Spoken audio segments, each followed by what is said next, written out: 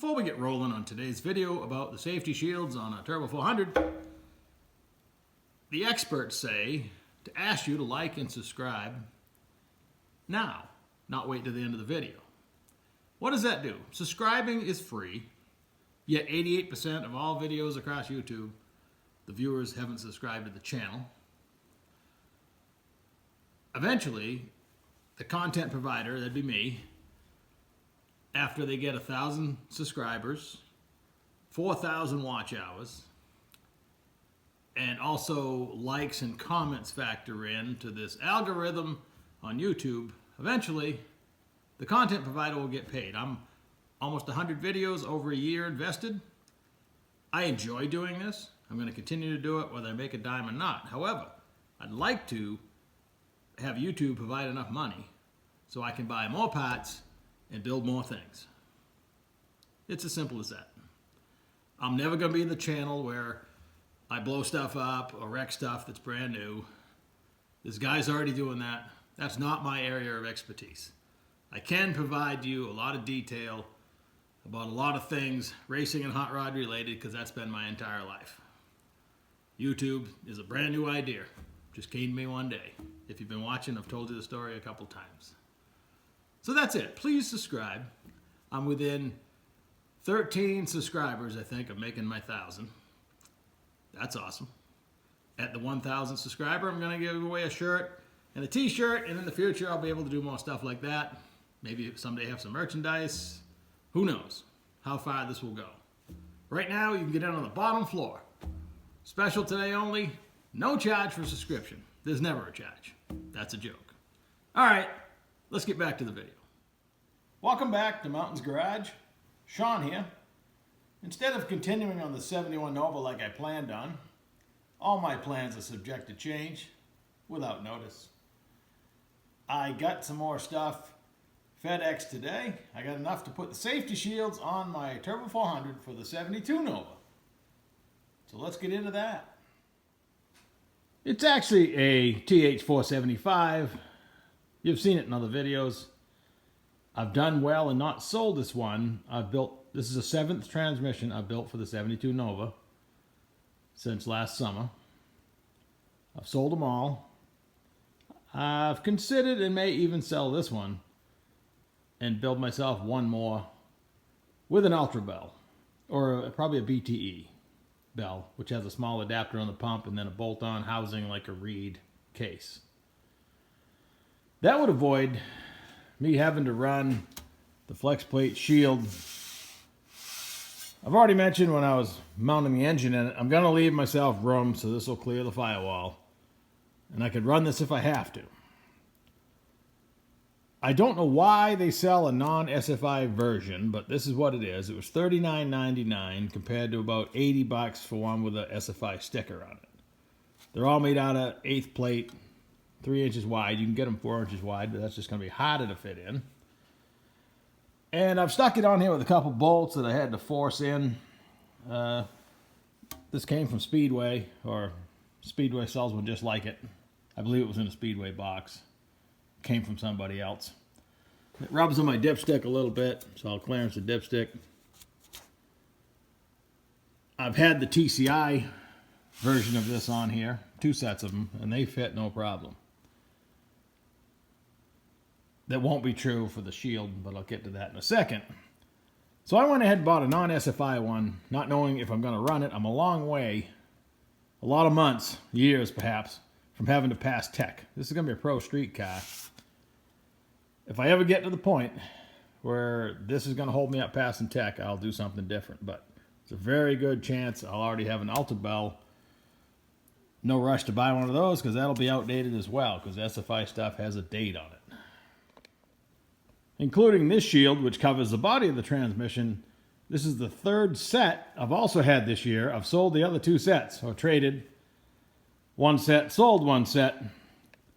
The guy came to buy one of my transmissions, wanted everything. So I sold him everything, because that's always an option. These typically sell for $180 to $220 for all your name brands.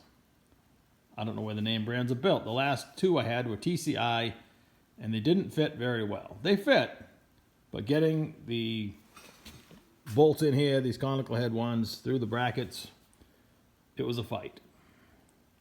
So this one is a Tom Waters Performance Products. I bought it from Competition Products online. $132.99. It has a December date, SFI, which I believe is good for 5 years. It looks exactly like a TCI. I've had several sets of TCI brackets I've had to buy. It, I believe, is all made in America. The hardware bag, I mentioned this in another video, was torn open, and I'm missing 2 of these Allen head bolts, but that won't be a problem. They attach the side brackets to the pan rails.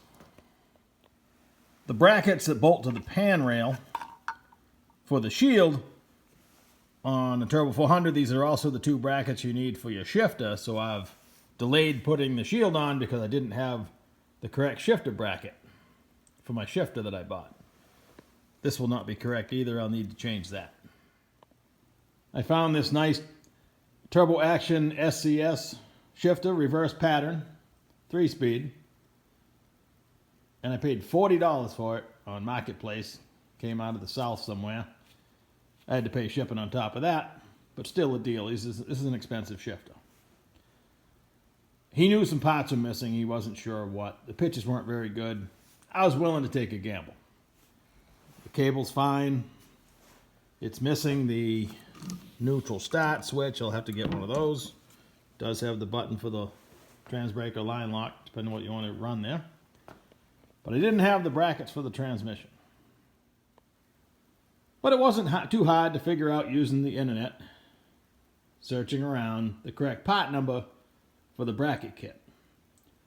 And the bracket kit was expensive. I think it's pushing $80 by the time I got it here.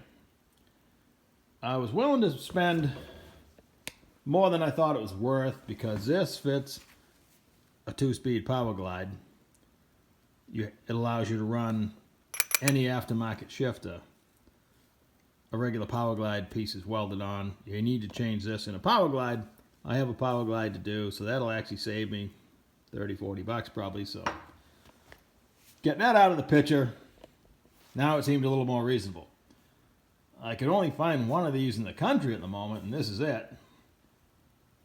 Doesn't mean there's not more out there, but particular day I bought it, which was only 3 days ago, this is what I got. So this will solve 2 of my missing bolt problems if I decide to use that. Not that I don't have enough bolts, but that's typically how it works. You end up with extra hardware. So I wasn't real heartbroken that a couple bolts are missing out of the Shield hardware kit.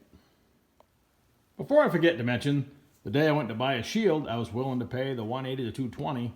I'd never heard of Tom Waters Performance Products. Happy I found them. $132.99 doesn't get you a Band-Aid at the emergency room. And he also sells the matching flex plate shield for $69.99. So he's a little bit cheaper on that too. So enough talking. I'm going to try to fight this bracket on here, or it's going to fall right on. I'll be back. I don't know who's surprised, but we didn't get very far before we encountered our first problem. When I first looked at this bracket, I said, well, they probably made it so it would fit a stock pan with a lip. It does fit in there, but the offset's wrong. Second thing I thought to myself is if I had an aluminum pan, I'd probably have to grind it, but they probably did cover it there, but I don't have an aluminum pan today. Fortunately, I bought 100 bag of spaces last time I did it, and I got plenty of bolts that are nice and long, so that won't be a problem. So next problem, the shifter bracket needs to go on here too, and it's going to interfere. So, referring to the instructions, Turbo 400 uses a forward set of holes. It's not going to fit a power glide, and I wouldn't run a 350, so I'll have to saw that off. I've done this before with these same brackets, so it's a familiar rodeo, but I was hoping for something different. Holding this mess of brackets up where it's going to live, you can see that that's not going to work. But if I lop the bracket off, I should have plenty of clearance. Well, we're mocked up on the driver's side anyway. Modified the bracket, put the bracket on with spacers. That seems to line up. There was apparently zero thought given to the fact that there's a kickdown switch connector under there. So I went ahead,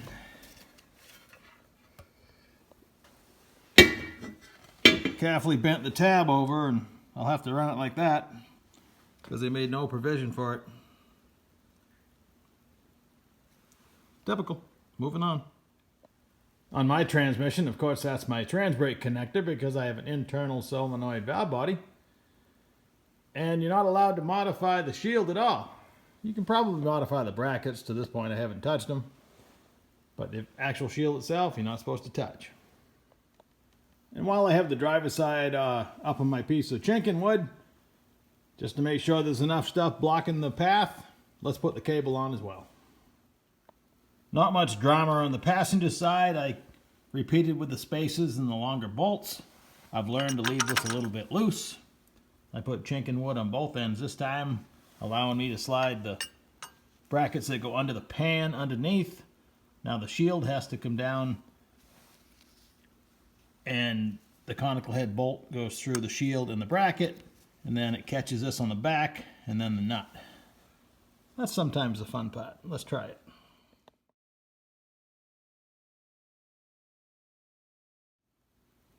Well, that went pretty well. The last one I did, I actually invented 3 or 4 cuss words that hadn't been thought of yet. This one was a piece of cake.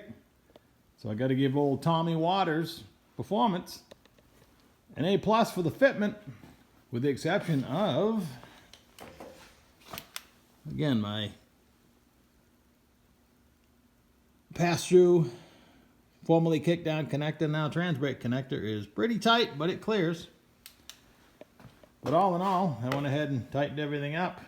Don't forget the pan bolts because we left them loose. Now I can mess with my shifter, but that's pretty much ready to install. I'm sure they don't specify what you have to have for a pan. If it was an aluminum pan, it would have a thick flange. And of course they vary by brand. So the 5/16 spacers that I bought, which I'll show you a picture of the package in a second, space the whole shield down a little bit so it's close to the tranny, but it's not hitting. Still clears the dipstick. So I'm sure, I hope when they must have, when they invent these things, they allow a little bit because they don't know where the pan rail and the brackets are going to end up exactly. But in this case, it fits. This is the bag of spacers. They're 5/16 ID for the bolt, 3/8 of an inch long, outside diameter 1/2 inch. It was a 50 pack. I found them on eBay. All right, thanks for following along. This transmission's ready to install. I need to work on my 6-liter. And I'll probably put the whole package in the same time, and we'll revisit the SFI flex plate converter spacing issue from a couple videos ago. Thanks for watching. I'll talk to you tomorrow.